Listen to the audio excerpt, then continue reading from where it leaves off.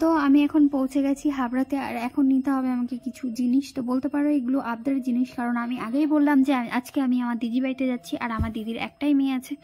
তো ওর ফোন, মিমি আমার জন্য পেস্ট্রি লাগবে, আমার জন্য পিৎজা বার্গার লাগবে।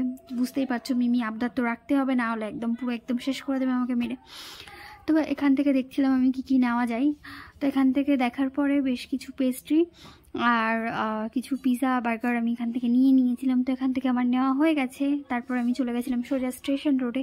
তো এখান থেকে বেশ কিছু ফল নিয়েছিলাম, এখান থেকে লেবু, আর এখান থেকে এই পেয়ারাগুলো দেখে আমার ভীষণ ভালো লাগলো, পেয়ারগুলো ভীষণ ফ্রেশ ছিল। তো এখান থেকে কিছু ফল নিয়ে নেওয়ার পরে আমি চলে যাচ্ছিলাম সোজা অটো স্ট্যান্ডে, কারণ আমাকে অটো করে যেতে হবে। ফার্স্টের অটোটা যে এত লেভেলের ভিড় ছিল, আমার পক্ষে যাওয়াটা সম্ভব ছিল না। তো ফার্স্টেরটা ছেড়ে দিয়ে আমি সেকেন্ডটাতে বসে পড়েছি, ঠিকঠাক জায়গা পেয়ে গেছি। আর এখন চলেছি আমি আমার দিদিবাড়ির দিকে। আর ফাইনালি আমি এখন পৌঁছেও গেছি। আর এই যে আমাদের সেই পাকা দুষ্টু বুড়িটা।